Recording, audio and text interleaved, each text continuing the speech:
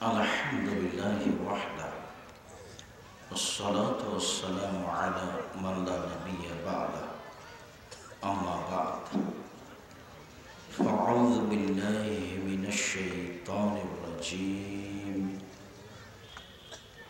وإذا بشر أحدهم بالأنثى ظل وجهه مسودا وهو كظيم يتوارى من القوم من سوء ما بشر به أيمسكه على هون أم يدسه في التراب. عن المغيرة بن شعبة رضي الله تعالى عنه قال قال رسول الله صلى الله عليه وسلم إن الله حرم حقوق الأمهات وأضل البنات ومنعها رواه البخاري মুসলিম। সম্মানিত দিনী বৈঠকের মুসলিম ভাই বোন, প্রশংসা আল্লাহর জন্য, শান্তি অবতীর্ণ হোক আল্লাহ রাসূলের উপর সাল্লাল্লাহু আলাইহি ওয়াসাল্লাম। আজকের দিনী বৈঠকে সংক্ষিপ্ত সময় বক্তব্যের বিষয়ে মুসলিম যুগে নারী আর জাহেলিয়াতের যুগে নারী, বন্যতার যুগে, বর্বরতার যুগে, অসভ্যতার যুগে, জাহেলি যুগে মহিলাদের অবস্থা কেমন ছিল, আর ইসলাম আসার পরে মহিলাদের ব্যাপারে আল্লাহ এবং রাসূল কি বললেন। সম্মানিত দিনী ভাই বোন, আমরা এই বিষয়ে আপনাদের সামনে এক গুরুত্বপূর্ণ সংক্ষিপ্ত তথ্যবহুল বিবরণের চেষ্টা করব ইনশাআল্লাহ আজিজ। আপনারা যারা দোকানপাটে আছেন, রাস্তাঘাটে আছেন, চলাচল অবস্থায় আছেন, আপনারা আপনাদের কাজ বন্ধ করে, লেনদেন ক্রয় বিক্রয় বন্ধ করে সামনে বসে আলোচনা শোনার চেষ্টা করুন, আপনাদের জন্য ভালো হবে। ইসলাম আসার আগের যুগের নাম জাহেলিয়াতের যুগ। আমাদের নবী হয়ে আসার পূর্বের সময়ের নাম হলো জাহেলিয়াতের যুগ, মানে অশিক্ষিত যুগ। সেই যুগে নারীদের দাম দেওয়া হতো না। এ ব্যাপারে আল্লাহ কি বলেছেন, আল্লাহ রাসূল কি বলেছেন, আমরা শুনব ইনশাআল্লাহ। তারপরে ইহুদি খ্রিস্টান নারীদের দাম দেয়নি, আজও দেয় না, কোনোদিন দেয়নি। ইহুদি খ্রিস্টান নারীদের ব্যাপারে কি বলেছে তা আমরা শুনব ইনশাআল্লাহ। আর হিন্দু পৌত্তলিক মূর্তি পূজা করে যারা, তারা নারীদের ব্যাপারে কি বলেছে আমরা এই ব্যাপারে অবগত হব ইনশাআল্লাহ। সাথে সাথে আল্লাহ এবং আল্লাহ রাসূল নারীদের ব্যাপারে কি বলেছেন তা আমরা এক পর্যায়ে ধারাবাহিকভাবে কোরআন এবং হাদিস অবগত হব ইনশাআল্লাহ। জাহেলিয়াতের যুগে নারীদের ব্যাপারে আল্লাহ তাআলা বলেন, وَإِذَا بُشِّرَ أَحَدُهُم بِالْأُنثَىٰ ظَلَّ وَجْهُهُ مُسْوَدًّا وَهُوَ كَظِيمٌ। জাহেলিয়াতের যুগে, বন্যতার যুগে, বর্বরতার যুগে যখন পিতাকে বলা হতো যে আপনার মেয়ে জন্ম নিয়েছে, তখন পিতার মুখ কালো হয়ে যেত, মনে হতো যেন পিতা বিষ পান করেছে, তাই তার আকৃতি পরিবর্তন হয়েছে। মেয়ে জন্মের কথা শোনার সাথে সাথে মুখটা কালো হয়ে যেত, মনে হতো যেন বিষ পান করেছে। সে মানুষ সমাজে যেত না। ইয়াতাওয়ারা মিনাল কওমি মিন সুই মা বুশিরা বিহি, দোকানপাটে যেত না, হাট বাজারে যেত না, এই জন্য যে তাকে বলা হয়েছে তোমার মেয়ে জন্ম নিয়েছে। সে সেটাকে অপমান মনে করত, সে সেটাকে সামাজিকভাবে খুব কষ্টকর মনে করত। আইয়ুমসিকুহু আলা হুনিন আম ইয়াদুসসুহু ফিত তুরাব, অপমান অবস্থায় মেয়েটাকে মাটিতে রেখে দিব, অপমান অবস্থায় মেয়েকে রেখে দিব না মাটিতে পুঁতে দিব। যদি মাটিতে পুঁতে দিই বালাই চলে গেল, আর যদি রেখে দিই অপমান সুনিশ্চিত। আর যদি রেখে দিই অপমান সুনিশ্চিত।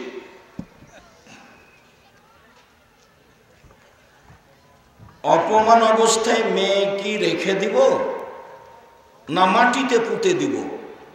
যদি মাটিতে পুঁতে দিই বালাই চলে গেল, আর যদি রেখে দিই অপমান সুনিশ্চিত। জাহেলিয়াতের যুগে মেয়েদের অবস্থা আল্লাহ নকল করলেন কোরআন মাজিদে, এখনো তাই ফিরে এসেছে। এখন যদি কাউকে বলা হয় তোমার মেয়ে জন্ম নিয়েছে, তাহলে মুখটা ছোট হয়ে যায়, সবাই নিন্দা করে। মেয়ে হয়েছে, বিবাহ দিবি কি করে? ডিপিএস খুল, গাভী কিন, খালা বলে, ফুফু বলে, দাদিরা বলে, সমাজের লোকেরা বলা বলি করে। মেয়ে হয়েছে, কিভাবে বিবাহ দিবি? হওয়ার পরের দিন থেকেই চিন্তা ভাবনা। সাথে সাথে একটু বড় হলে লোকে বলে কি ব্যাপার, তোর মেয়েকে পার্কে বসে গল্প করতে দেখলাম, ঘটনা কি? কেউ বলে তোর মেয়ে নাকি বের হয়ে গেছে, ঘটনা কি সত্য? সবাই বলা বলি করছে, মানে অপমান সুনিশ্চিত। বগুড়ার এক লোকের একটাই মেয়ে, সিলেট কলেজের উনি প্রিন্সিপাল, আর তার স্ত্রী এক কলেজের শিক্ষিকা। একটাই মেয়ে, বের হয়ে গিয়ে বিবাহ বসেছে। তো বলছে আমি মেয়েকে অস্বীকার করলাম, আর মেয়ে স্বীকার করে না। দীর্ঘ 20 বছর 30 বছরে স্বীকার করেনি, এখনো করে না। গত পরশু দিনের ঘটনা, তার স্ত্রী বলল যে সে তার মেয়েকে এখনো স্বীকার করে না, না করে দিয়েছে। তবে ও মরলে ওর মেয়ে ওর বাপের জমি জায়গা নিয়ে নেবে, অন্তত অর্ধেক। তো অপমান সুনিশ্চিত, তার মানে জাহেলিয়াতের যুগ আবার ফিরে এসেছে। বন্যতার যুগ, বর্বরতার যুগ, অসভ্যতার যুগ, মেয়েকে মাটিতে পুঁতে দেওয়ার যুগ ফিরে এসেছে। ও বলছে যদি আমি মেয়েকে পাই তাহলে জবে করে নদীতে ভাসিয়ে দেব। এটা তার কাছে সহজ। কেন? লোকে নিন্দা করে আপনার মেয়ে নাকি বের হয়ে গেছে। এটাই ঘটনা সেই কালে ছিল, যার কারণে তারা মেয়েকে মাটিতে পুঁতে দিত। সম্মানিত দিনী ভাই বোন, এই ছেলেরাই, তোমরা যারা দায়িত্ব পালন করছো দেখো, ডান দিকে যেসব লোক দাঁড়িয়ে আছে তাদের বসার ব্যবস্থা করো। জায়গা থাকলে দাঁড়িয়ে থাকতে পাবে না, জায়গা না থাকা সেটা ভিন্ন কথা। আর যারা আপনারা দিনী বোন আছেন, কথা বলবেন না দয়া করে আজকে। আর একজন যদি আপনার গায়ের উপর দিয়ে চলে যায় তবে আপনি মুখ খুলবেন না। মহিলা যারা আপনারা, আপনাদেরকে আন্তরিকভাবে অনুরোধ জানাচ্ছি, এই মেয়ে কথা বলছো কেন? তোমাকেই তো নিষেধ করছি। ঢং ঢং করে ঘুরে বেড়াচ্ছ, কথা বলছো, একটু শরম হয় না কেন? লজ্জা হয় না কেন? ইতস্ত হয় না কেন? চুপচাপ বসে থাকো। সম্মানিত দিনী বোন, আপনাকে জানাচ্ছি, আর একজন মহিলা আপনার গায়ের উপর দিয়ে চলে গেলে মুখ খুলবেন না, মুখটা বন্ধ রাখবেন। একবারে চুপচাপ, পাখি যেন মনে করে আপনি পাথর। এইভাবে আপনি খেয়াল করে থাকবেন। আপনার আমি কিছু উপকার করবই করব ইনশাআল্লাহ। অনেক দিন পরে, অনেক ত্যাগ তিতিক্ষা করে, অনেক পয়সা খরচ করে এই প্রোগ্রাম নেওয়া হয়েছে। আমরাও কষ্ট করে এসেছি। মানুষ নিজেকে মনে করে কথা মূল্যায়ন করার চেষ্টা করবেন, নিজেকে গরু ছাগল পশু প্রাণী মনে করবেন না। যখনই মানুষ নিজেকে মানুষ মনে করে না, তখনই আল্লাহ তাদের বলেন, বোঝে না ওরা অন্তর আছে বোঝে না, দেখেও দেখে না ওরা চক্ষু আছে দেখে না, শোনেও শোনে না ওরা কান আছে শোনে না। উলায়েকা কালানাম, তারা পশু প্রাণীর মতো, তারা গরু ছাগলের মতো, তারা কুকুর শ্রীগালের মতো, বালহমাদাল, বরং তার চেয়ে খারাপ। মানুষ কুকুর শ্রীগালের চেয়ে খারাপ। বগুড়া তার জাজল্য প্রমাণ। আব্দুর রাজাক সাহেব কি বলতে চাইলেন? এটিকে আপনি বলতে চাচ্ছেন চাঁপাইনবাবগঞ্জের বাইরে, অনেকখানি বাইরে। সেটা কি বলেন তো দেখি। বগুড়ায় একটা জেলা যেটা রংপুরের সাথে জড়িয়ে আছে, বাপ মারা গেলে বোনকে জমি দেয় না। বোনেরা যদি জমি চাই তাহলে ভাই খেপে যায়, বলে বাড়ি এসছি বের হয়ে যাও, বের হয়ে যাও, বের হয়ে যাও। আপনার বাপ মারা গেছে 15 শতক জমি রেখে, আপনি নিবেন 10 শতক, আপনার বোন নিবে 5 শতক, আপনি সকালে নিবেন আর আপনার বোন বিকেলে নিবে, এইটা প্রমাণ করেন দেখি। বাপ মারা তো 10 বছর হলো, জমি তো দেননি, যৌতুক নিয়ে ছেলে মেয়ের বিবাহ দেন, ভিক্ষা করে খেতে পারেন না। বহুবার বলেছি, আমি আপনার কাছে খুব কাছের এবং পুরাতন মানুষ। যারা ছেলের যৌতুক নেয় আমি তাদেরকে ভিক্ষা করে খেতে বলেছি, ভিক্ষা করে খাবে। এটা হলো উপার্জনের সবচেয়ে নিচু পথ। মানুষের টাকা উপার্জনের একটা হলো জমিদারি, বাপের জমিদারি আছে, জমি লিজ দিব, বগুড়ায় বাড়ি আছে, ভাড়া দিব, খাবো, এটা হলো একটা উপার্জনের পথ। আর একটা হলো চাকরি ব্যবসা করে খাবো, আর একটা হলো দিন মজুরি করে খাবো, এগুলো উপার্জনের পথ। তো এগুলো কোনোটাই করতে পারি না, তো কি করবে? তাহলে খেতে তো হবে না, ভিক্ষা করবে। ভিক্ষা করা পছন্দ নয়, তবে জায়েজ। উপার্জনের সবচেয়ে নিচের পথ কি? ভিক্ষা করা। তো ভিক্ষা করা ভালো যৌতুকের চেয়ে। কেন? যৌতুকের টাকা দিয়ে চাউল কিনে ভাত খেয়ে ইবাদত কবুল হবে না। যৌতুকের টাকা দিয়ে চাউল কিনে ভাত খেয়ে ইবাদত কবুল হবে না। ভিক্ষা করার টাকা দিয়ে চাউল কিনে ভাত খেয়ে ইবাদত কবুল হবে। তাহলে পার্থক্য হলো না? যৌতুকের টাকা হারাম। খাট খাটলা, চৌকি, বাক্স, চেয়ার, আলমারি, মোটর সাইকেল, যা কিছু শ্বশুর দিয়েছে, আগামীকাল সন্ধ্যা হতে হতে ফেরত দিতে হবে। লজ্জা হয় না কেন? শরম হয় না কেন? ভিক্ষা করে খাবেন বাপ বেটা। যদি কালের পাড়ায় ভিক্ষা না পাওয়া যায় তাহলে বগুড়া স্টেশনে গেলে ভিক্ষা দিবে মানুষ। তোমার বাপের দিকে মুখ লক্ষ্য করে দেখো, তোমার বাপের মুখখান কালো হয়ে আছে। তোমরা বাপ বেটাগুলো লজ্জা পাও না, শরম পাও না, একটু হায়া হয় না? পরের টাকা নিবা কেন?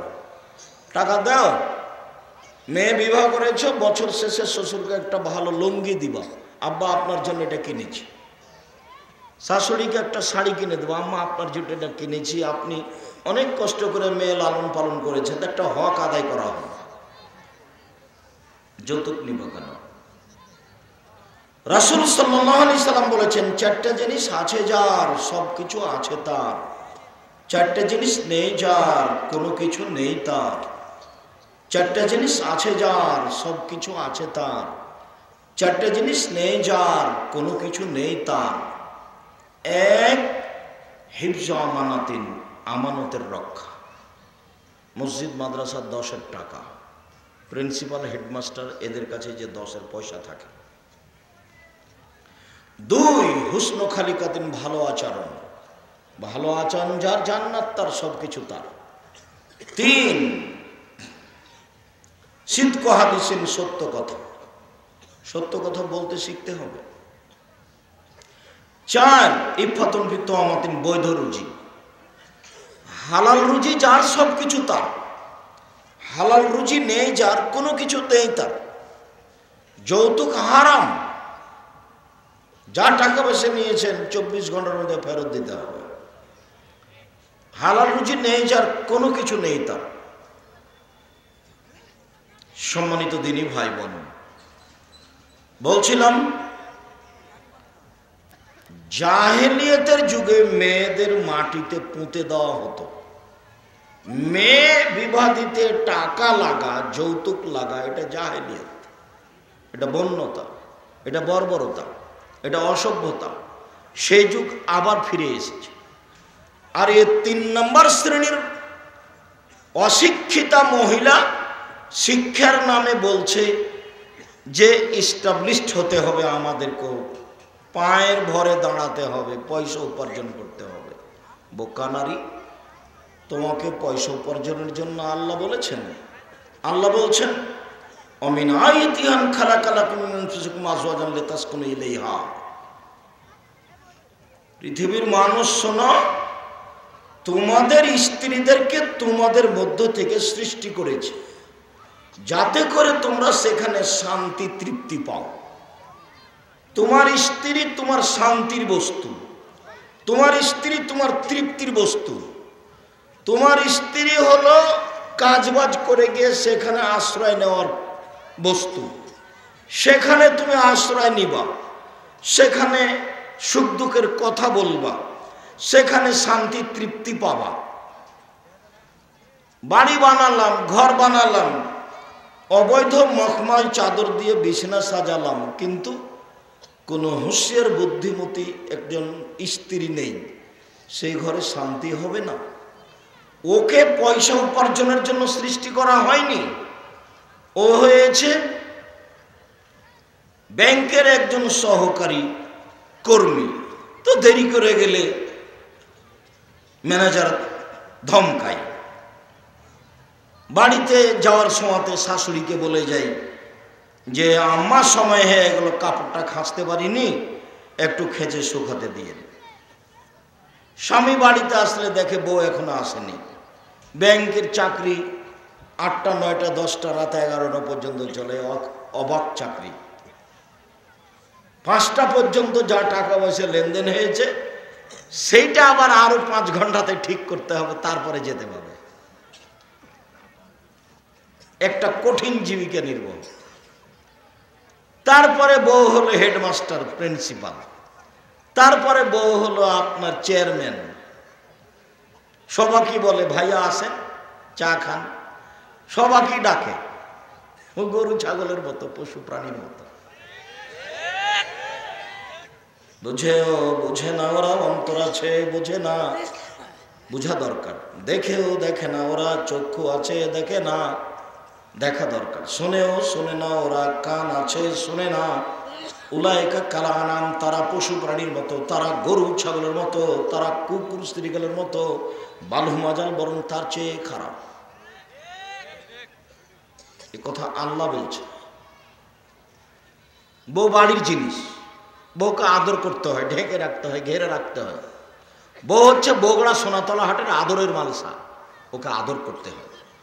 ওকে গালি দেওয়া নিষেধ, মারা নিষেধ, বাইরে যেতে দেওয়া নিষেধ। হাকিম ইবনে আল কোসাইর আল বলছেন যে আচ্ছা আল্লাহর নবী একটু বলেন তো, আমাদের স্ত্রীরা আমাদের কাছে কি পায়, ওদের পাওনা কি? এটাই আমার জিজ্ঞাসা, যে আমাদের স্ত্রীরা আমাদের কাছে কি পায়, আমরা তাদেরকে কি দিব? তখন আল্লাহ রাসূল বলছেন, এক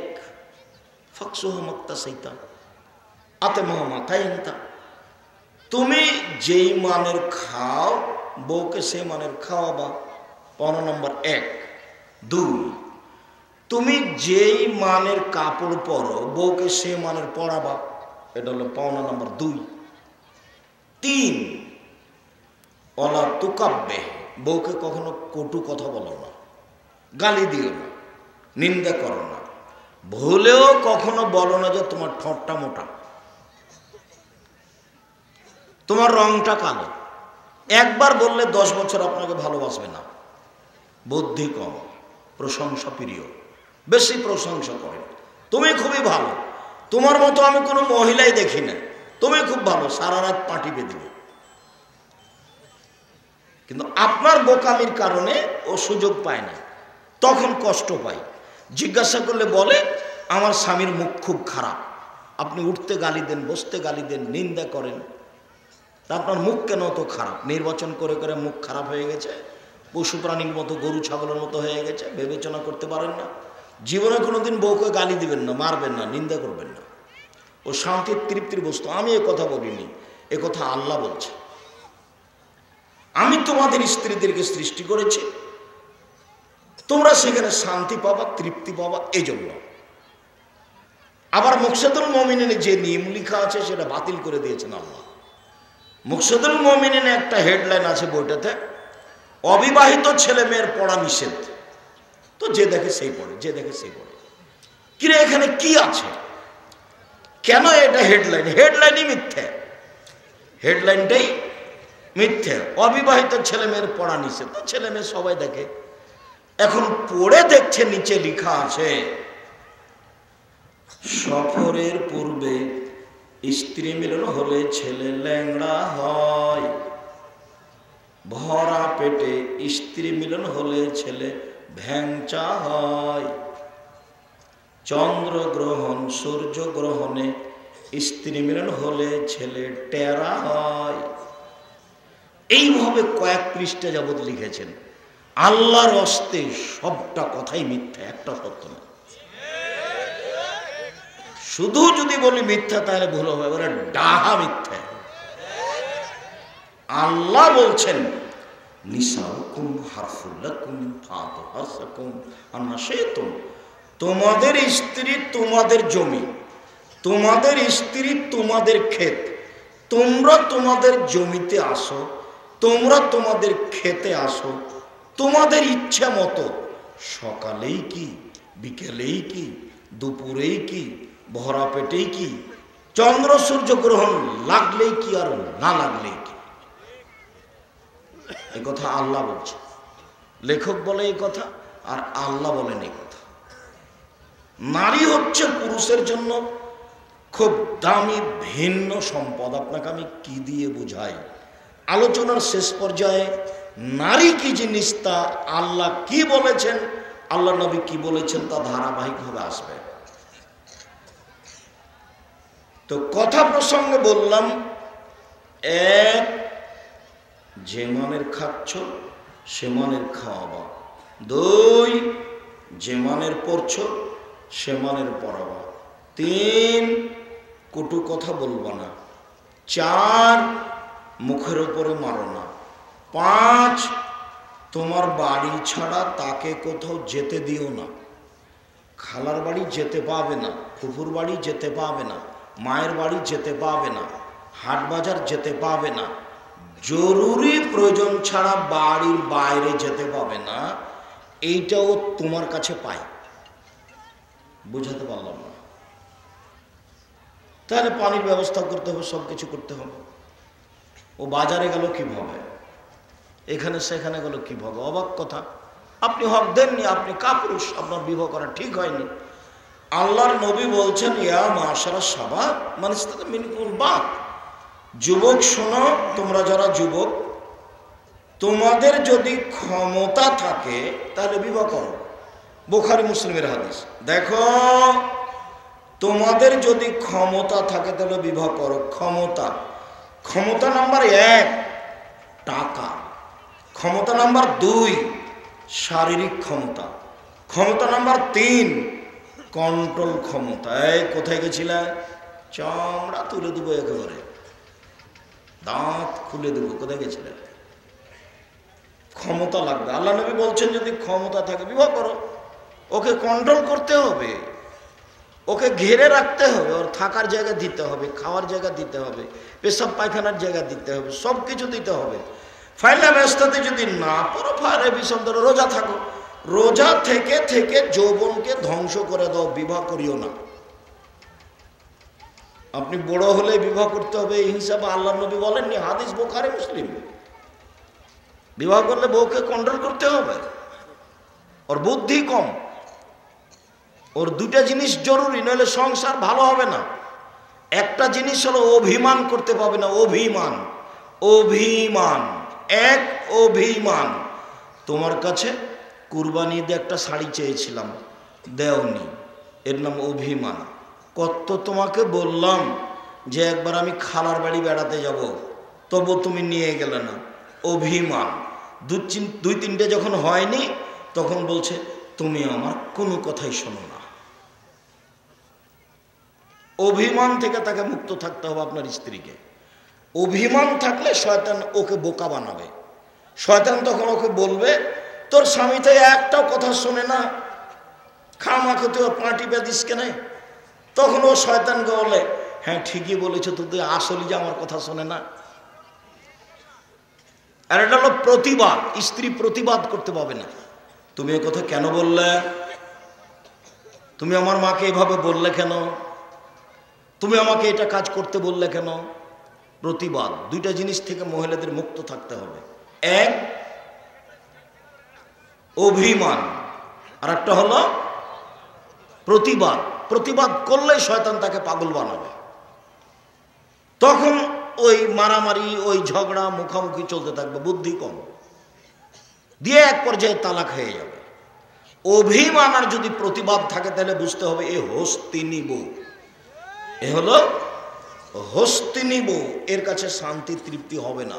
এ ভুল বুঝে আমি বলি একটা, ও করে আরেকটা, আমি বলি একটা, ও করে আরেকটা। আমি বলি না যে বউ তালাক দিতে হবে, তবে তালাক দেওয়ার পরামর্শ থাকছে, আমি আদেশ করিনি। এ দিয়ে সংসার ভালো হবে না। কি হলে সংসার ভালো হবে? এভাবে বলতে হবে, শোনেন, আমি কালের পাড়া গ্রামের মেয়ে, লবণ ভাতেই খুশি। আমি আপনার দুই পায়ের নিচে আপনার সেবায় নিজেকে বিলিয়ে দিতে চাই। আমার পক্ষ থেকে কোনো প্রকার অভিমান থাকিবে না। কাপড় মোটা হলেও বলবো না, কাপড় চিকন হলেও বলবো না, কোনো সময় আপত্তি করিব না। যেভাবে আদেশ করবেন সেভাবে পালন করব। যাহাই বলিবেন তাহাই করিব, যদি পাপ না হয়। যাহাই বলিবেন তাহাই করিব, যদি পাপ না হয়। এইভাবে যদি আপনার স্ত্রী প্রস্তুত থাকে, তখন আপনি দেখবেন যে হ্যাঁ, আল্লাহ ঠিকই বলেছেন যে স্ত্রী হলো তোমার শান্তির বস্তু, তৃপ্তির বস্তু, মিঠা বস্তু। এত আদরের, এত আদরের বগড়া সোনাতলা হাটের আদরের মালসা। আদর করতে হয়, ঘেরে রাখতে হয়, ঢেকে রাখতে হয়, বাইরে যেতে দিতে হয় না, ওর একটা হক আছে। বলছিলাম, জাহেলিয়াতের যুগে মেয়েদেরকে মাটিতে পুঁতে দেওয়া হতো। আল্লাহ তাআলা বলেন,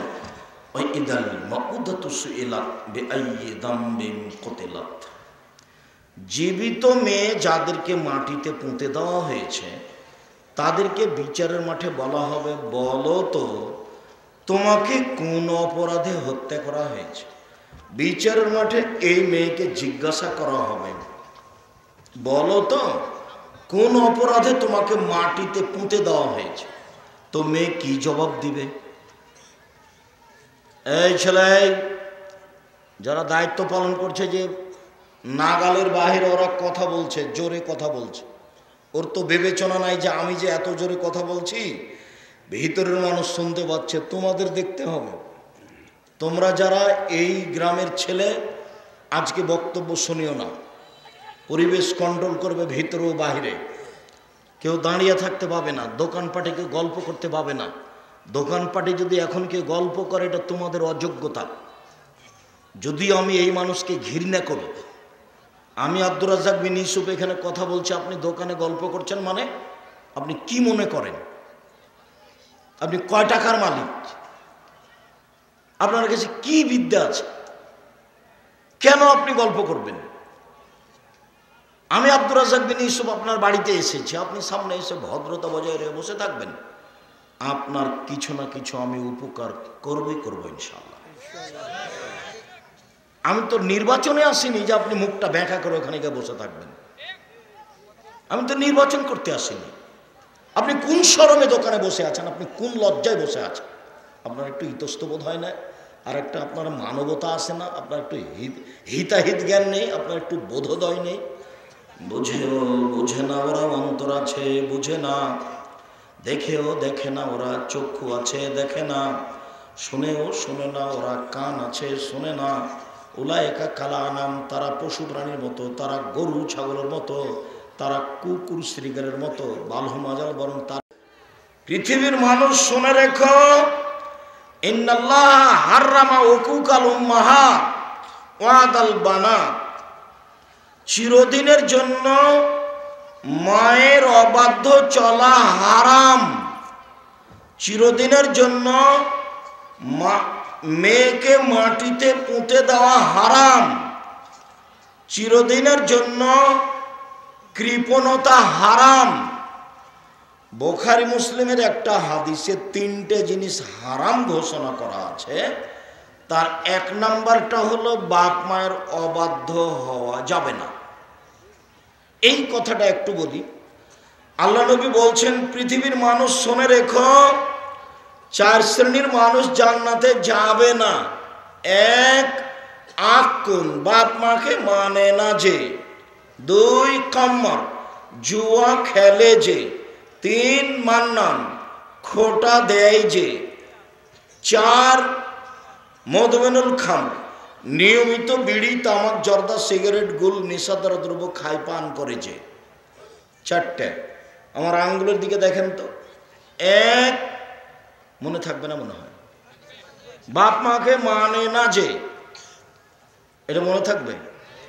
2, জুয়া খেলে যে। 3, খোটা দেয় যে। 4, নিয়মিত বিড়ি, তামাক, জর্দা, সিগারেট, গুল, নেশাদার দ্রব্য খায়, পান করে যে। মনে থাকবে না তো। বাপ মাকে মানে না যে। আর একটা বাক্য, একজন এসে বলছে, আল্লাহর নবী, আমার বাপ মা আমার কাছে কি পায়, আমার বাপ মার আমি কি করব? তখন আল্লাহ রসুল বলছেন, তোমার বাপ মার কি করবে মানে কি বলো তুমি? হুমা জান্নাত নারকা, তারাই দুজন তোমার জাহান্নাম, তারাই দুজন তোমার জান্নাত, ওরাই তোমার জাহান্নাম, ওরাই তোমার জান্নাত।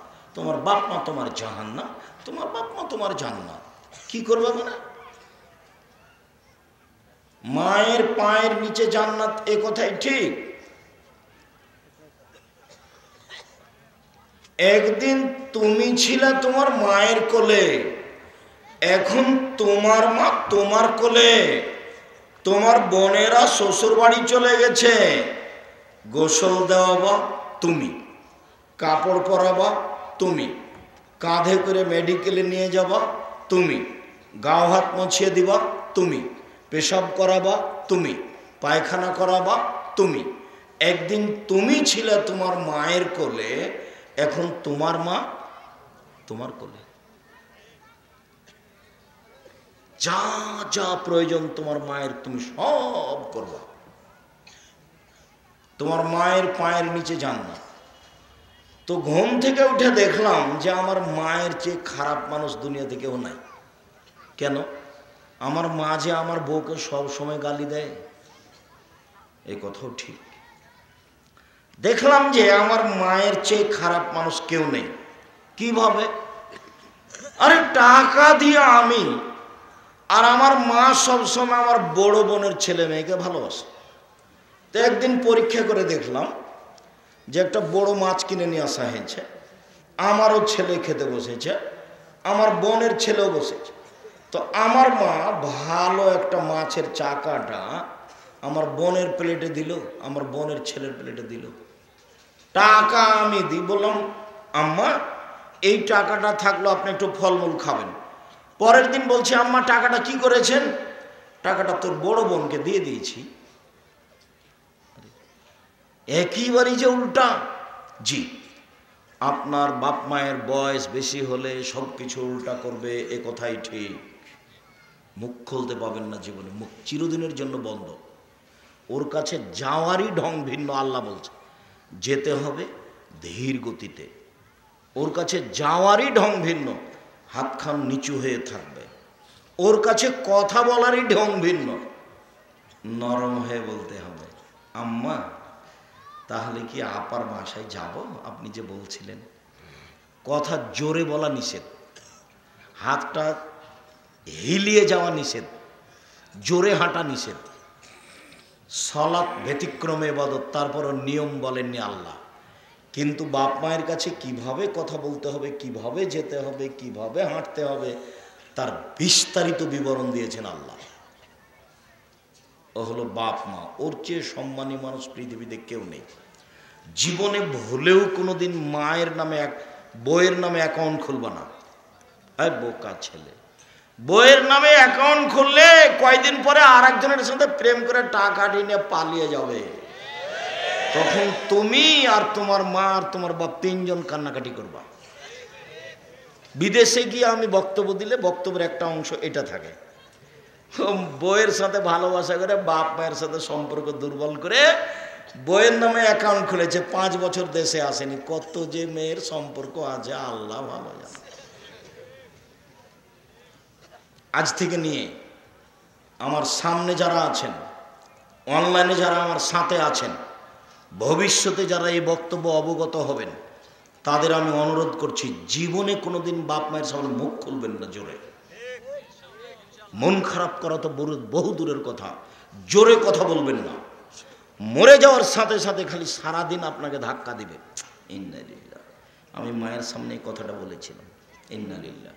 কারোর সামনে বললে এই কথা মনে হবে না, কিন্তু বাপ মায়ের সামনে বললে বারবার পীড়া দিবে, বারবার পীড়া দিবে।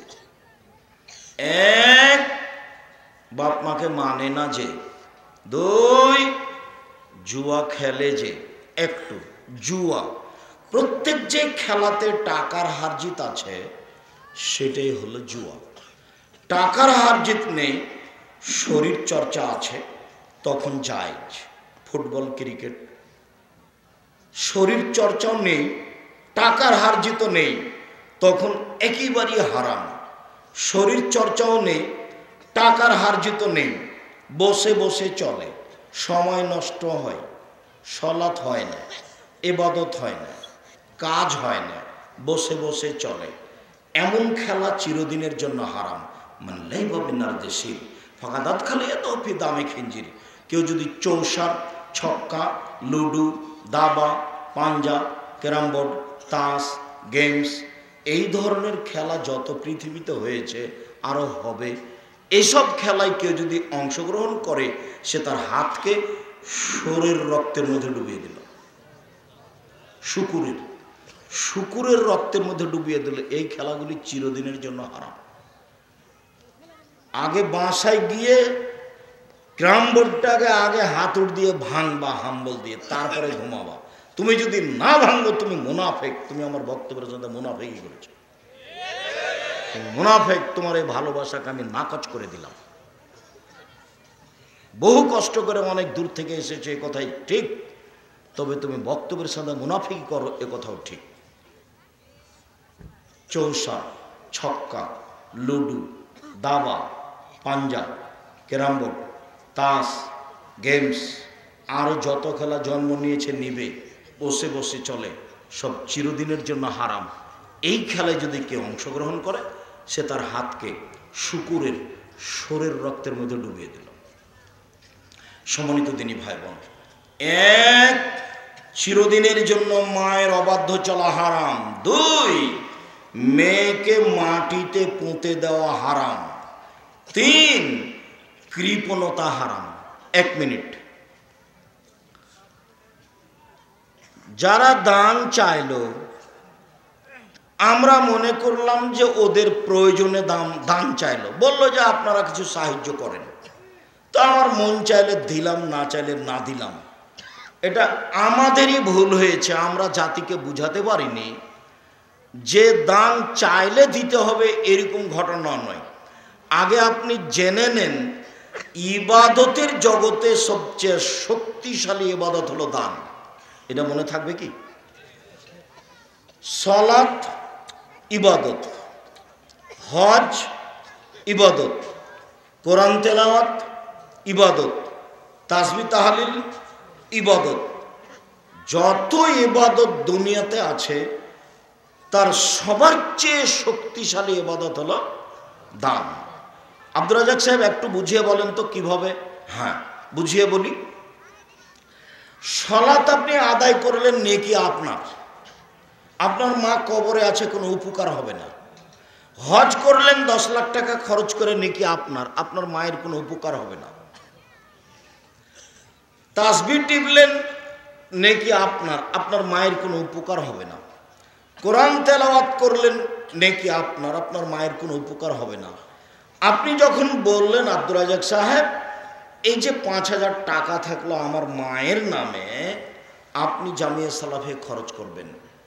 যখন আপনি আপনার মায়ের নামে দানটা করলেন তখন কবরের শাস্তি বন্ধ হয়ে গেল। এই কথা মুহাম্মদ সাল্লাল্লাহু আলাইহি ওয়াসাল্লাম বলেন। ওর ক্ষমতাই ভিন্ন। আল্লাহ রাসূল বলছেন ইন্না সাদকাতা তুতফু হাররাল কবরে, নিশ্চয় দান কবরের শাস্তিকে বন্ধ করে দেয়। আল্লাহ রাসূল বলছেন ইন্না সাদকাতা তুতফুল খাতিয়াতা কামা ইতফুল মাউন নারা, নিশ্চয় দান পাপকে মিটিয়ে দেয় যেমন ভাবে পানি আগুনকে নিভিয়ে দেয়। আল্লাহ রাসূল বলছেন ইন্না সাদকাতা সিররে তুতফু গাজাবার রাব্বে, আল্লাহ আমার উপরে খুব রাগ করে আছেন, আমি পাপ করেছি, আমি যখন দান করলাম তখন আল্লাহ ঠান্ডা হয়ে গেছে। ওর ক্ষমতাই ভিন্ন। এবার মনে থাকবে কি ইবাদতের জগতে সবচেয়ে শক্তিশালী ইবাদত কি? দান। সবচেয়ে পাওয়ারফুল ইবাদত হলো দান।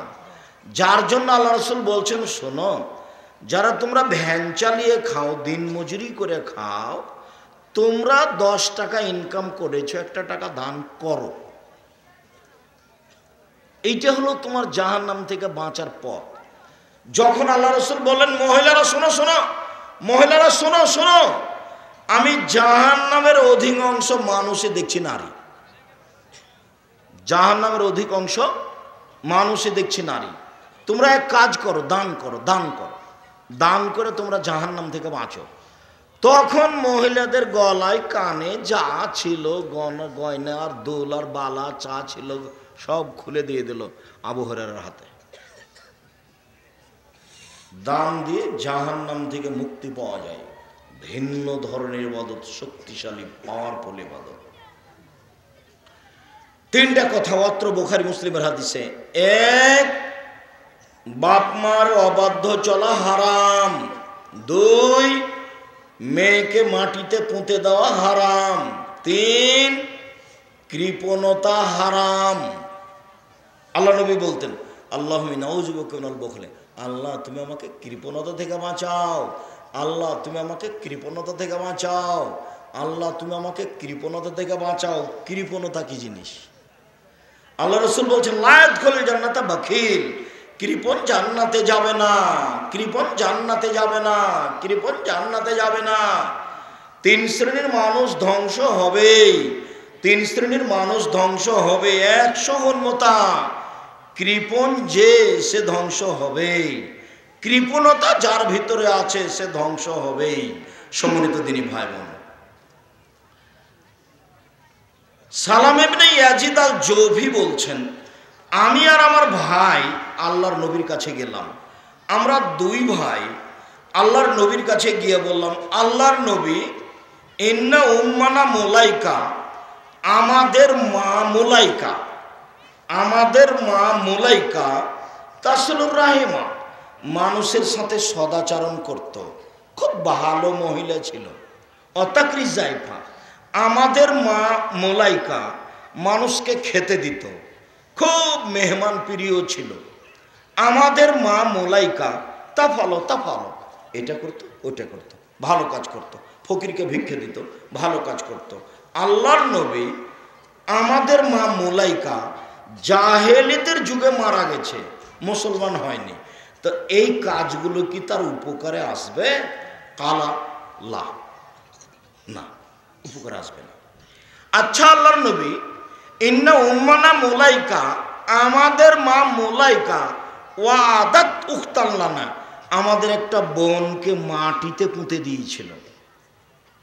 ফাহাল জালেকা নাফিউন লাহা, এইটা কি তার কোনো উপকারে আসবে? এবার বাক্য শোনেন, আল্লাহ রাসূল বলছেন ওয়াইদাতু ওয়াল মাউতাতু ফিন্নারে, যাকে মাটিতে পোঁতা হয়েছে সেও জাহান্নামে যাবে, যে পুঁতে দিয়েছে সেও জাহান্নামে যাবে। জাহেলিয়াতের যুগে মেয়েদেরকে মাটিতে পুঁতে দেওয়া হতো, জাহেলিয়াতের যুগে মেয়েদেরকে মাটিতে পুঁতে দেওয়া হতো, সেই যুগ আবার ফিরে এসেছে। মেয়ে হলে মুখ কালো হয়, এই ছেলে বসো, কিছুক্ষণ অপেক্ষা করবেন, আমি নিজে ব্যস্ত আছি। একজন লোক এসে বলছে, আল্লাহর নবী, এমনি ওয়াদ সামানিয়া বানাতিনলি, আমার 8টি মেয়ে আমি নিজে মাটিতে পুঁতে দিয়েছি। নিজে বলছে। আপনি কি বলছেন যে তার মেয়ের সাথে ভালোবাসা ছিল না? কি মনে করেন? আমার মেয়েকে তো আমি সারাদিনে 100 বার আম্মু বলছি, আম্মু কি হয়েছে, আম্মু কি লাগবে, আম্মু, কত আদর, কত চুমা, কত যত্ন। হ্যাঁ, সেটাই ভালো, সেটাই করতে হবে। আপনি কি মনে করছেন যে তাদের মেয়ের উপরে ভালোবাসা ছিল না? অবশ্যই ছিল। বগুড়ার জনৈক প্রিন্সিপাল সিলেট কলেজের তার মেয়েকে পেলে জবে করে দিবে কেন? তাহলে মেয়েকে কেউ আদর করেনি? ও কি চুমা খায়নি? ও কি হাজারোবার আম্মু বলে ডাকেনি? পরিস্থিতি এমন হয়েছে, মেয়ের কারণে পরিস্থিতি এমন হয়েছে, সত্য সত্যই মেয়েকে পেলে জবে করে দিবে, এই কথাই ঠিক। এইবার তাহলে ওরা পরিস্থিতির চাপে মেয়েকে কি করত? মাটিতে পুঁতে দিত। তার নাম জাহেলিয়াতের যুগ। জাহেলিয়াতের যুগ আবার ফিরে এসেছে। জাহেলিয়াতের যুগ আবার ফিরে এসেছে। জাহেলিয়াতের যুগ মানে নারীরা কাপড় খুলে চলবে। আরে পায়জামা পরেছে একজনের ঢিলা ঢালা, আর একজন পায়জামার ভিতর দিয়ে ঢুকবে, আর একটা পায়জামা পরছে স্কিন একেবারে গায়ের সাথে লেগে আছে, অঙ্গ প্রত্যঙ্গ তো দেখা যায়, লজ্জা স্থানও বোঝা যায়। এটা হলো ইহুদি খ্রিস্টানদের পোশাক। আমার দুঃখ, আমার উম্মত ইহুদি খ্রিস্টানের সাথে মিশে যাবে, এটাই আমার দুঃখ। পৃথিবীর মানুষ শুনে রেখো, আমি মুহাম্মদ সাল্লাল্লাহু আলাইহি সাল্লাম বলছি, আমার জীবনে বড় ভয়, আমার উম্মত ইহুদি খ্রিস্টানের সাথে মিশে যাবে, এটা আমার ভয়। মিশে যাবে এমন, এদিকে দেখেন, আল্লাহ নবী বলছেন, এদিকে দেখেন, ডান পায়ের জুতা যেমন বাম পায়ের সমান, ডান হাতের বিঘত যেমন বাম হাতের সমান, আমার উম্মত নারী পুরুষ ইহুদি খ্রিস্টানের সাথে খারাপ চাল চলনে, নোংরাতে, ন্যাংটাতে, উলঙ্গ হওয়াতে, অন্যায় অবিচারে মিশে যাবে তেমন। আবার এবার ভাষা নিচে চলে যাচ্ছে। আল্লাহ এত নিচে গেলেন আল্লাহর নবী, মানে মাটির রাস্তার নিচে দিকে যাননি, ভাষার নিচের দিকে। দেখেন, আমার উম্মত ওদের সাথে মিশে যাবে এমন ভাবে, ইহুদি খ্রিস্টান যদি মায়ের সাথে জেনা করে থাকে, আমার উম্মত মায়ের সাথে জেনা করবে। কথা মনে হয় ভালো করে বুঝাতে পারলাম না। দুঃখ করে কি বললেন? ইহুদি খ্রিস্টান যদি, বুঝা গেল না, মায়ের সাথে জেনা করে, তাহলে আমরাও কি করব? মায়ের সাথে জেনা করব। বুঝা যায় না কি কথা? তুমি কি একটু দেখবা, এখানে অনেক ছেলের মাথায় চুল পাপা উপর দিক বড় হয়ে আছে, নিচের দিক নেই। নাম কাজা, এটা হারাম। এই বোকা ছেলে, খেলোয়াড় তো হলো ব্রাজিলের, খেলছে কাতারে, তোমার মাথার চুল তার মতো হলো কেন? তুমি কি দিয়ে বুঝাতে চাচ্ছ? তোমার বোন তাহলে ঠিকই স্কিন পায়জামা পরে আছে, তোমার বোনও পশু, তুমিও পশু।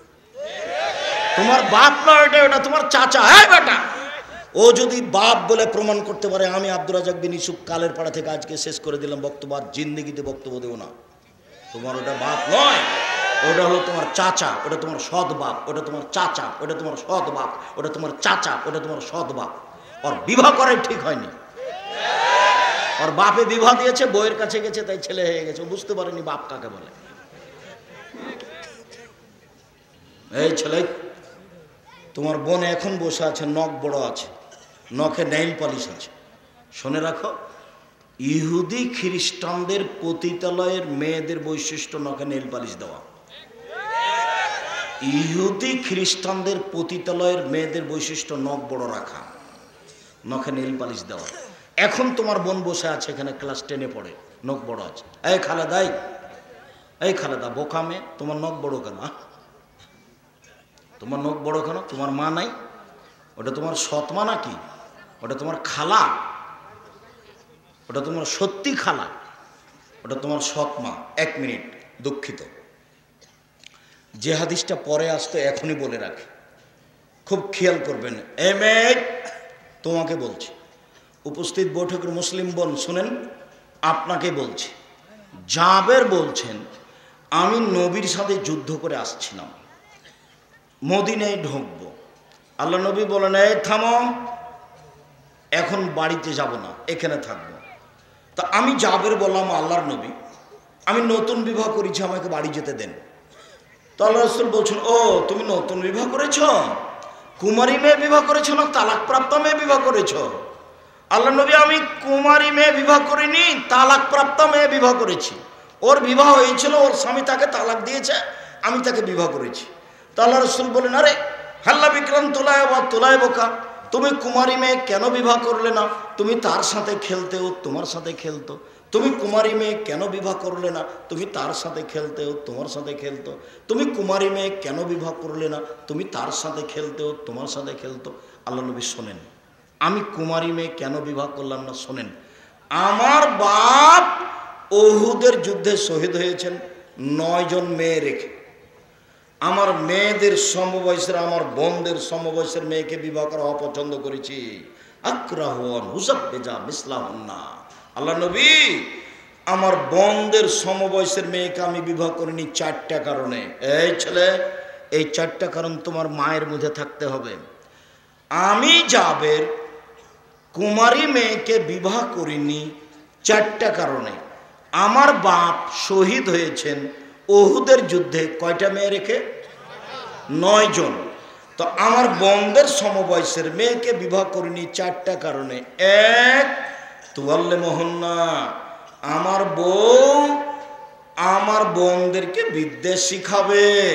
2, বলে তুয়াদ্দে বাহন্না, আমার স্ত্রী আমার বোনদেরকে শিষ্টাচার শিখাবে। 3, বলে তুরাজ্জালাহুন্না, আমার স্ত্রী আমার বোনদের মাথার চুল চিরুনি করে সাজগোজ করে দিবে। 4, বলে তাকুমা আলাইহিন্না, আমার স্ত্রী আমার বোনদের উপরে পাহারা দিবে। তোমার মা তোমার বোনের পাহারাদার, বোঝাতে পারিনি? তোমার মা কি? তোমার বোনের পাহারাদার। এবার বলো, তোমার বোনের নখ বড় আছে, এটা তোমার মা পাহারা দেয় না? দেয় না? দেয় না। এ তো খালা, এ সৎমা, এ সৎমা। এই খালা দেয়, তুমি তোমার মাকে আজ থেকে সৎমা বলে ডাকবা। আরে তোমার এটা নিজের মা, এ কথাই ঠিক, তোমার সৎমা নয়। তোমার মা দায়িত্ব পালন করেনি, তোমার মায়ের অন্যায়ের কারণে এই পরিবারটা নষ্ট হয়েছে, ধ্বংস হয়েছে। আমার স্ত্রী যেন আমার বোনদেরকে শিষ্টাচার শিখাতে পারে। শিষ্টাচার কি জিনিস? শিষ্টাচার কি জিনিস? তোমার ছোট ভাইটার গায়ে যখন জামাটা পরাবে তোমার মা, তখন কোন হাতটা আগে ঢোকাবে? ডান হাত। দেখো তোমার মা কি করে। তোমার ছোট ভাইটে যখন প্যান্টটা পরাবে তোমার মা, তখন কোন পাটা আগে ঢোকাবে? যখন জুতাটা পরাবে কোন পা আগে পরাবে? যখন খুলবে বাম। তো তোমার মা হলো তোমাদের এই পরিবারে পাহারাদার। পরিবার নষ্ট করেছে তোমার মা, পরিবার নষ্ট করেছে তোমার বাপ। সম্মানিত দিনী ভাই বোন, জাহেলিয়াতের যুগে মেয়েদের দাম দেওয়া হতো না। একটা বুখারী মুসলিমের ঘটনা বলছি, কয়েক মিনিট এক খেলে চেয়ে থাকবেন। এখন যদি কোনো মহিলার স্বামী মারা যায়, কয় মাস শোক পালন করতে হয়? 4 মাস 10 দিন। কয় মাস শোক পালন করতে হয়? 4 মাস 10 দিন। তবে নাকফুল খুলতে পাবে না, কানের দুল খুলতে পাবে না, গয়না খুলতে পাবে না। মরার সাথে সাথে গায়ের গয়না খুলে ফেলা হিন্দুদের কাজ। স্বামী মরার সাথে সাথে সব খুলে ফেলা কাদের কাজ? হিন্দুদের কাজ। যেইভাবে আছে সেভাবে থেকে যাবে। তোমার মা যেভাবে আছে সেভাবেই থাকবে 4 মাস 10 দিন। 4 মাস 10 দিন নতুন কাপড় পরতে পাবে না। তবে জাহেলিয়াতের যুগে মেয়েদের স্বামী মারা গেলে 1 বছর বাড়ির পিছনে কুঁড়ে ঘরে থাকতে হতো। কুঁড়ে ঘর, ময়লা কাপড় পরে থাকতে হবে 1 বছর। ওকে খাবার দিতে হবে ছাই তোলা প্লেটে। ওকে পানি দিতে হবে অময়লাযুক্ত গ্লাসে, ও একাই থাকবে, ও ভিতরে আসতে পাবে না। কেন? ওর স্বামী মারা গেছে। এটাই হলো জাহেলিয়াতের যুগের পদ্ধতি। কুঁড়ে ঘরে থাকবে, বাড়ির পিছন দিকে, কুকুর সিরগাল সামনে দিয়ে যাবে, তাতে আসে যায় না। প্লেটটা হবে ময়লাযুক্ত, গিলাসটা হবে ময়লাযুক্ত, কাপড় হবে ময়লাযুক্ত। কতদিন থাকবে? 1 বছর। তারপরে কি হবে? গাধা বা উঁট নিয়ে এসে, গাধা নিয়ে এসে সে তার লজ্জাস্থানকে গাধার গায়ের সাথে ঘষবে, তারপরে পবিত্র হবে। গাধার গোবরকে, উঁটের গোবরকে সে তার গায়ে মাখবে, মাথায় মাখবে, তারপরে পবিত্র হবে। এটা হলো জাহেলিয়াতের যুগের নারীদের স্বামী মারা গেলে শোক পালনের পদ্ধতি। বুঝা গেল না মনে হয় যে? আর আল্লাহর নবী কি করলেন? এইটা। এবার এখানে একটু কথা বলিনি। হিন্দুরা নারীদের দাম দেয়নি। হিন্দু মেয়েরা আজও বাপের জমি পায় না। জানেন না এই কথা? হিন্দু মেয়েদেরকে বিবাহ করার 10টি পদ্ধতি আছে। তার একটা পদ্ধতির নাম রাক্ষসী বিবাহ। মেয়ের বাপ বিবাহ দিবে না, ছেলেটা জোর করে বিবাহ করবে। তো কি করবে? কপালে টিপ দিলে বিবাহ হয়ে গেছে।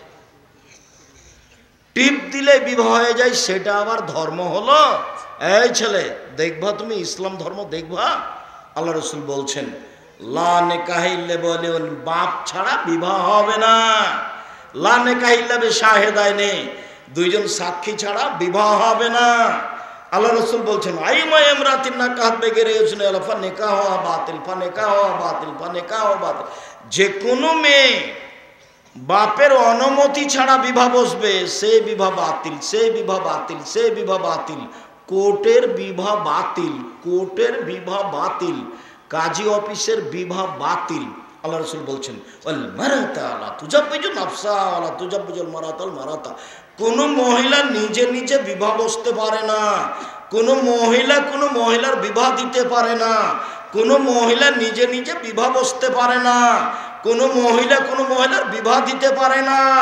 কোন মহিলা যদি নিজে নিজে বিবাহ বসে তাহলে ও ব্যভিচারণী, ও ব্যভিচারণী, ও ব্যভিচারণী। আরে খালা বলছে বোনের মেয়েকে, শোন তোর বাপ বিবাহ দিবে না, কালের পাড়ার ছেলেটা খুবই ভদ্র, খুবই ভালো, আমার কাছে চলে আয়, আমি বিবাহ দিয়ে দিব। খালা কখন কখন পুরুষ মানুষ হয়েছে। খালা মেয়ের বোনের মেয়ের বিবাহ দিয়ে দিবে। ফুফুতে বলছে তোর বাপ তো বিবাহ দিবে না, ছেলে খুব ভালো, তুই আমার কাছে চলে আয়, আমি বিবাহ দিয়ে দেব। ফুফু ভাইয়ের মেয়ের বিবাহ দিয়ে দিল। কখন কখন ফুফু পুরুষ মানুষ হয়েছে, ধর্ম পাগল হয়ে গেছে। ধর্ম রাজশাহী চাঁপাইনবাবগঞ্জের হাওয়াই লাড্ডু, दोनों हाथ में लड्डू है, चाहे उसको खा लो चाहे उसको छोड़ दे, বহুল হিসাব। অসম্ভব, হতে পারে না। বিবাহ বাতিল। 7 ছেলের মা হলো সবাই জেনা, বৈধ নয়। কোর্টের বিবাহ জায়েজ নয়, কাজী সাহেবের অফিসের বিবাহ জায়েজ নয়। সম্পর্ক অবৈধ। শরীয়ত দাম আছে, মেয়েদের দাম আছে, রাস্তার পড়ে থাকা জিনিস নয়। ফেকার বইয়ে লেখা আছে এই মেয়েটাকে তুই বলবি এটা আমার বউ, আর আমরা 2 জন সাক্ষী বলবো হ্যাঁ এটা তোর বউ, এ তো বিবাহ হয়ে গেছে। এই জন্য কোর্টে বিবাহ চলে। আল্লাহর নবী বলছেন বাপ ছাড়া বিবাহ হবে না। উকিল বাপ হারাম। বগুড়াতে উকিল বাপ লাগে, আবার চট্টগ্রামে উকিল বাপই বাপ সেদিন থেকে, আর বাপ বাপ নয়। উকিল বাপ মেয়েকে আনবে, উকিল বাপের বাড়ি মেয়ে বেড়াতে যাবে, অবাক ধর্ম। উকিল বাপ, উকিল বাপ, উকিল বাপ চিরদিনের জন্য হারাম। और চাচা উকিল হতে পাবে না, জ্যাঠো উকিল হতে পাবে না, দাদা উকিল হতে পাবে না। বিবাহতে 4 জন সাক্ষী লাগবে না, মাত্র 2 জন। এই ছেলে, কোথায় 4 জন সাক্ষী লাগে? জেনে, জেনায়, ব্যভিচারে। তো বিবাহ হচ্ছে এটা জেনা না বিবাহ? তো 4 জন সাক্ষী কেন? এটা তো বিবাহ, এটা 2 জন সাক্ষী, কোনো পক্ষে নেই। দাম আছে মেয়েদের। আল্লাহ বলছেন ফানকুনা বেজ, বাড়ির পিছন দিকে কোন প্লেটে খেতে দিবে? ময়লে যেটা ছাই তোলা প্লেট, কোন গ্লাসটা দিবে? ময়লাযুক্ত। কোন কাপড় পরে আছে? ময়লাযুক্ত। বিছান ছুঁতে দিবে না, বিছানা আসতে দিবে না, হাঁড়ি পাতিল ধরতে দিবে না, স্পর্শ করতে দিবে না ইহুদি খ্রিস্টান। আয়েশা রাদিয়াল্লাহু তাআলা আনহা বলেন, আমি লজ্জা স্থানের উপরে কাপড় লাগিয়ে রাসূলের সাথে একসাথে থাকলাম, আমার গায়ের সাথে তার গাও লেগে থাকলো, দুই গায়ের ভিতরে কোনো কাপড় নেই। আমি কি বুঝাতে পারি না?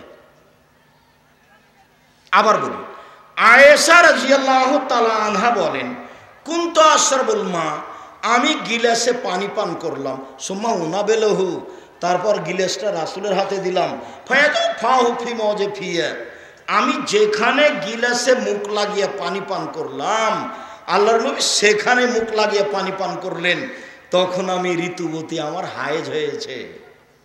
ওয়াতাকুল আরকা, আমি একটা হাড়ওয়ালা গোস্ত নিয়ে দাঁতে ছিঁড়ে ছিঁড়ে খেলাম, তারপর রাসূলকে দিলাম, তখন আমি ঋতুবতী। তিনি গোস্তের ওখানে মুখ লাগালেন যেখানে আমি মুখ লাগিয়েছি। বুঝাতে পারি না মনে হয়? দুইটার সমন্বয়ে দেখতে হবে।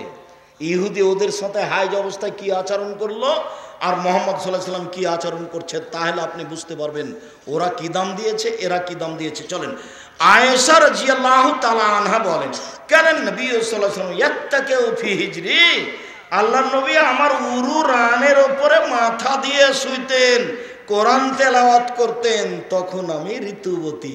আল্লাহর নবী আমার উরু রানের উপরে মাথা দিয়ে শুয়ে কোরআন মাজিদ পড়তেন, তখন আমার হায়েজ হয়েছে। আয়েশা রাদিয়াল্লাহু তাআলা আনহা বলেন, আল্লাহর নবী ইতেকাফে বসে আছেন, ইতেকাফ করছেন, রামাজানের শেষ দশকে ইতেকাফ করছেন, মাথাটা আমার দিকে ঠেলে দিয়েছেন, আমি মাথাটা ধুয়ে দিলাম, আমি মাথাটা চিরুনি করে দিলাম, তখন আমি ঋতুবতী। আয়েশা রাদিয়াল্লাহু তাআলা আনহা বলেন, একটা চাদরের অর্ধেক আমার গায়ে আছে। মাইমুনা বলেন, একটা চাদরের অর্ধেক আমার গায়ে আছে, অর্ধেক নবীর গায়ে আছে, তখন নবী নামাজ পড়েন, সালাত আদায় করেন, তখন আমি ঋতুবতী। আমি কি দিয়ে বুঝাই ইসলাম নারীদের মর্যাদা, কি দিয়ে বুঝাই আপনাকে আমি? চলেন একটা কথা, আল্লাহ নবী বলছেন, পৃথিবীর মানুষ শুনে রেখো, মানালা জারিয়াতাইনে, কেউ যদি দুইটা মেয়ের লালন পালন করে, শিক্ষা দেয়, মক্তব চালাতে হবে জরুরি, আব্দুল্লাহর পরিকল্পনা বাস্তবায়ন করতে হবে। হঠাৎ একদিন দেখছি, ইনশাল্লাহ, হঠাৎ একদিন দেখছি গাড়ির গায়ে লেখা আছে আর দাওয়া ইলাল্লাহ। তা আমি বলছি, আব্বু এটা কি? আর দাওয়া ইলাল্লাহ এটা কি আব্বু? তখন বলছে, আব্বু আমি তো আসলে Italy, France, London, Spain, Bharat, Bangladesh খুব ঘুরলাম, আর আপনাকেও ব্যাগ বোকচা নিয়ে বক্তব্য করতে যেতে দেখলাম, তো আমার মনে হলো না যে আপনারা জাতির মৌলিকভাবে কিছু করতে পারলেন। ইহুদি খ্রিস্টানেরা বুদ্ধি বিক্রি করে খায়, বিদ্যা বিক্রি করে খায়, পদ্মা সেতু ওরা বানাবে আর আমরা লোহা মাথায় করে সহযোগিতা করব, বোঝা মাথায় করে। তো এইটা হবে না আব্বু, নতুন পরিকল্পনা করতে হবে। সেটা কি? সেটা হলো মক্তব ভিত্তিক দাওয়াত চালু করতে হবে, আর মক্তব ভিত্তিক শিক্ষা চালু করতে হবে। ভিত্তি যেন মজবুত হয়, কোনো পরিস্থিতি যেন বাচ্চাকে ঘায়েল না করতে পারে, ওকে উপযুক্ত শিক্ষিত করে গড়ে তুলতে হবে। কাজ আমরা করব, ওরা কেন? ওরা বুদ্ধি বিক্রি করে খায়, বিদ্যা বিক্রি করে খায়। আব্বু, আমি বললাম, আব্বু ঠিক বুঝেছ, আমি এটা বুঝতে পারিনি, আমার পক্ষ থেকে যতটুকু পরামর্শ সহযোগিতা দেওয়ার থাকবে, তুমি মাঠে নামো, জীবন বাজি রেখে দেশ জুড়ে মক্তব চালু করতে হবে, ইনশাল্লাহ করতেই হবে। যে কোনো সারা দেশ জুড়ে মক্তব চালু করব, যেখানে বাচ্চারা মৌলিক বিদ্যা পাবে। এই পরিকল্পনায় বই পুস্তক লিখেছে, বই পুস্তক ছাপিয়েছে, সিলেবাস তৈরি করেছে, তারপর মসজিদ প্রায় 350-400 চালু করেছে। সাপ্তাহিক বা মাসিক বা 15 দিন পর পর এমামেরা গিয়ে প্রশিক্ষণ নেবে, ফিরে যাবে, ফিরিয়ে আসবে, মানে যাতায়াত খরচ দেওয়া হবে, ডাঙ্গিপাড়া জামিয়া সালাফে রাজশাহী যাওয়া, ফ্রি খাওয়ার দেওয়া হবে, ফ্রি বই পুস্তক দেওয়া হবে। এই পরিকল্পনা নিয়ে জীবন বাজি রেখে মাঠে নেমেছে আবদুল্লাহ।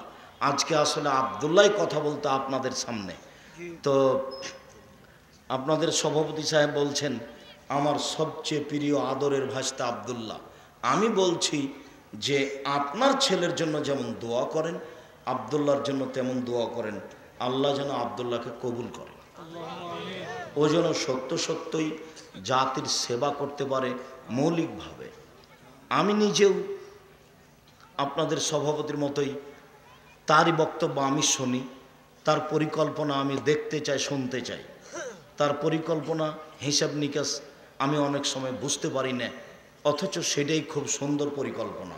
সম্মানিত দিনী ভাই বোন, এখানে আছি, কেউ যদি দুইটা মেয়ের লালন পালন করে, আল্লাহর নবী বলছেন, তাহলে সে লোকটার আমি জান্নাতে এইভাবে থাকব। একটু দেখেন, আঙ্গুল দুটি জমা করে দিলেন। এই শোনো, কেউ যদি দুইটা মেয়েকে শিখিয়ে দেয়, শিষ্টাচার শিখিয়ে দেয়, বিদ্যে শিখিয়ে দেয়, বিবাহ দিয়ে দেয়, সেই ব্যাপার আমি জান্নাতে এভাবে থাকবো, একসাথে থাকবো। সুবহানাল্লাহ। আবার বললেন, কেউ যদি এতিমের লালন পালন করে, সেই লোকটার আমি জান্নাতে এভাবে থাকবো। তখন আঙ্গুল দুটি দেখালেন, কিন্তু এভাবে ফাঁক রাখলেন, অফার রাখা বাইনা। আচ্ছা, কি বুঝলেন বলেন তো দেখি? মানে এতিমের লালন পালনের চেয়ে মেয়ের লালন পালন বেশি দামি। বুঝাতে পারলাম না কথা? দুইটা ছেলে কেন, 10টা ছেলে যদি মাস্টার ডিগ্রি পাস করান, লন্ডন থেকে পড়িয়ে নিয়ে আসেন, 1 পয়সা লাভ হবে না। আব্দুর রাজ্জাক সাহেব পড়াবো কেন? জন্ম দিয়েছেন এই জন্য। এইবার আল্লাহ রাসূল বলছেন, কেউ যদি 3টা মেয়ের লালন পালন করে, 3টে পড়ায়, বিবাহ দিয়ে দেয়, শিষ্টাচার শিখিয়ে দেয়, তাহলে ওরা বাপের অন্তরাল হবে জাহান্নাম থেকে। এদিকে দেখেন, ওই দিকে আছে জাহান্নাম, আর এদিকে আছে বাপ, আর মধ্যে আছে 3টা মেয়ে। বুঝাতে পারিনি। বাপের জন্য মেয়েরা কি হবে? অন্তরাল। কিসের অন্তরাল? জাহান্নামের। ওইদিকে জাহান্নাম, মধ্যে মেয়েরা, এদিকে বাপ আছে। মেয়েরা আল্লাহকে বলবে আমার বাপের জান্নাত ঘোষণা হবে, তারপরে কোনো কথা। হাদিস বুখারী মুসলিম। তার নাম মেয়ে। সম্মানিত দিনী ভাই বোন, মেয়েরা যদি 4টা কাজ করে, জান্নাতের সব দরজা খোলা। 1, 5 ওয়াক্ত সালাত। 2, রমজান মাসের রোজা। 3, স্বামীকে মেনে চলা, তিতা লাগলেও মিঠা লাগলেও। 4, জেনায় লিপ্ত না হওয়া। জান্নাতের সব দরজা খোলা। আরে জান্নাতে যাওয়া তো দূরের কথা, সবটাই খুলে দেওয়া হয়েছে, যেখান দিয়ে যাবে যাও। 4টা কাজ করে কোনো পুরুষ জান্নাতে যাবে, এই কথা মুহাম্মদ সাল্লাল্লাহু আলাইহি ওয়াসাল্লাম বলেননি। 4টা কাজ করে কোনো পুরুষ জান্নাতে যাবে, এই কথা মুহাম্মদ সাল্লাল্লাহু আলাইহি ওয়াসাল্লাম বলেননি। তিনি বলছেন, আদ-দুনিয়া কুল্লুহা মাতা ও খায়রু মাতাইদ দুনিয়া আল মারাতুস সালেহা। গোটা পৃথিবী সম্পদ, সবচেয়ে দামি সম্পদ মহিলা। গোটা পৃথিবী সম্পদ, সবচেয়ে দামি সম্পদ মহিলা। দামি সম্পদ পুরুষ নয়। রাসূল সাল্লাল্লাহু আলাইহি সাল্লাম বলেন, 4টে জিনিস আছে যার, সুখময় জীবন তার। 4টে জিনিস আছে যার, সুখময় জীবন তার। 4টে জিনিস নেই যার, কোনো কিছু নেই তার। 1, আল মারাতুস সালেহা, ভালো স্ত্রী। 2, আল জারুস সালেহ, ভালো প্রতিবেশী। 3, একটা ভালো গাড়ি। 4, একটা প্রশস্ত ঘর। ভালো স্ত্রী যার, সব কিছু তার। আল্লাহ রাসূল বলেন, এই শোনো, দামি সম্পদ যার জাকাত লাগে না। দামি সম্পদ যার জাকাত লাগে না। দামি সম্পদ যার জাকাত লাগে না। 1 নম্বর দামি সম্পদ লেসানুন জাকের, ওই জিহ্বা, যে জিহ্বা সুবহানাল্লাহ আলহামদুলিল্লাহ আল্লাহু আকবার বলতে পারে। 2, কালবুন শাকের, ওই অন্তর যে অল্পতেই খুশি। বেগুন বাজারে নিয়ে যেতে দেরি হয়েছে, সকালে ছিল 20 টাকা কেজি, বিকালে 12টার পরে হয়ে গেছে 10 টাকা কেজি। তো বাপে খালি বলছে, তো দাঁত ভাই দিতি, সকালে আলি না কেন? সকালে নিয়ে কত লস হয়ে গেল, 20 টাকা করে বিক্রি করতে পারতাম, তোর কারণে তো হলো না। তোকে বললাম সকালে আয়, মন খারাপ, একবারও বলে না যে আলহামদুলিল্লাহ। বুঝতে পারেন না, কালবন শাকের অল্পতেই খুশি। আচ্ছা, আমি তো 34 বছরে কোনোদিন মানুষের কাছে পথ খরচ চাইনি, পাথর চাইনি, তা আমি তো আছি। কেউ এই মাটির উপরে দেশে বিদেশে কেউ বলতে পারবে না আমাকে যে আপনি একদিন আমাদের কাছে পথ খরচ চেয়েছিলেন। বগুড়াই এমন একটা জায়গা যেখানে টাকা ছাড়াই চলে গেছে, খোঁজ নেয়নি, মাঠ ছেড়ে পালিয়ে গেছে। রংপুর তার মধ্যে, মানিকগঞ্জ তার মধ্যে আছে। জাতি আমার সাথে কি বিচার করবে সেটা আমি কোনোদিন প্রয়োজন মনে করিনি। আর কে আমার বদনাম করে ভরে ফেলে দিল আমি ফেসবুক কোনোদিন দেখতেই জানি না। আপনি আমার সাথে কথা বললে আমি শুধু অন করতে পারি, মোবাইলটা অন করতে পারি, আপনি রিং হলে আমি অন করে দিয়ে বলতে পারি কথা। আপনার নাম্বারটা আমি সেভ করতে পারি না। আপনি আমাকে দিয়ে মেসেজ দিয়ে কি করবেন, আমি কোনোদিন মেসেজ পড়ি না। আমি তো বেরি করতে পারি না, ও পাতাই পড়ি না। আমি সরকারি কোনো পাতা পড়ি না, আমি কোনো মাঝহাবের পাতা পড়ি না, আমি কোনোদিন মাঝহাবের বদনাম করি না, আমি কারো কোনোদিন বদনাম করি না, ওই পাতায় আমি পড়ি না।